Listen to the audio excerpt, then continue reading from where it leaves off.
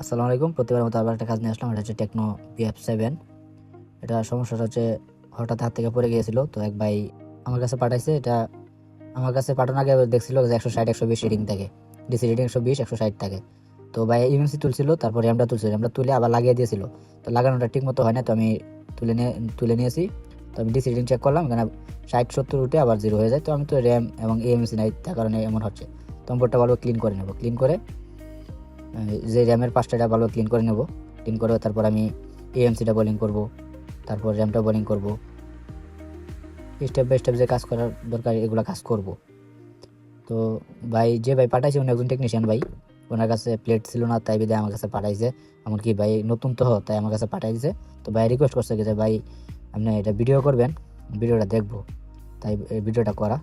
তো যদি ভিডিওটা ভালো লাগে তাহলে আমার ভিডিওটাকে শেয়ার করে দিবেন, একটা লাইক একটা কমেন্ট করে দিবেন। তো বোলিং করা সম্পূর্ণ হয়ে গিয়েছে। র্যামের একটা বল বড় হয়ে গেছিলো, সেটা আমি কেটে দিয়েছি। তাকে র্যামটা আমি ইনস্টল করবো, ইনস্টল করে তারপর আমি যে ইএমসিটা আছে সেটা ইউএফআই বক্সে লাগিয়ে দেখবো। তো আগে দেখবো পোর্ট তৈরি করে কিনা। হ্যাঁ, আমাদের পোর্ট তৈরি করতেছে, হ্যাঁ মিডিয়াটেক পোর্ট তৈরি করেছে। আমি ইএমসিটা ইউএফআই বক্সে লাগাবো, লাগিয়ে দেখবো কি যে আমাদের যে হেলথ রিপোর্টটা ওকে আছে কিনা, কারণ এটা হাত থেকে পড়ে গিয়ে এমন হয়েছে। তো এগুলোর স্পোর্টস কোম্পানি ইএমসি থাকে, একটু সমস্যা হয়েই থাকে। আমি আইডেন্টিফাই দিলাম, আইডেন্টিফাই দেওয়ার পর এখানে হেলথ রিপোর্টে চেক করবো। হেলথ রিপোর্ট দেখলাম কি যেখানে MLC নট ডিপিনেট, তার মানে এই আইসিটা আমার কাজ হবে না।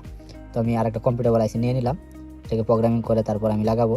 তো এটা যে স্কেটার ফাইল রাইট করে এখানে প্রিলোডার ফাইলটা রিপার্সন করে রাইট করে দেবো। তারপর আমরা বোর্ডে ফিটিং করে আনলক টুলের সাহায্যে আবার ফুল প্লাস করব। ফুল প্লাস হওয়ার পর যে সিকিউরিটি ফাইল তো আর নাই।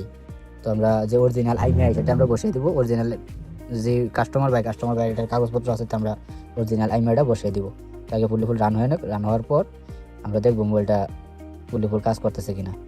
মোবাইলটা রান হতে একটু সময় নেবে, তো আমরা অপেক্ষা করি।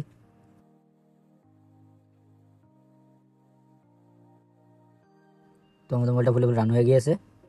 তো সেট আপ করে নেবো। সেট আপ করে গিয়ে আমরা আপনাদের দেখাচ্ছি কি যে আইমিআই কিংবা ব্যাসব্যান্ড এগুলো থাকবে না।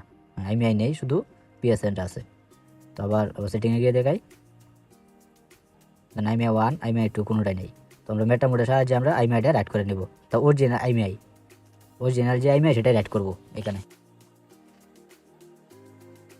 ভাইয়ের মোবাইল ওনার কাছে কাগজপত্র ছিল, তাই আমি অরিজিনাল আইমিআইটা বসিয়ে দেব।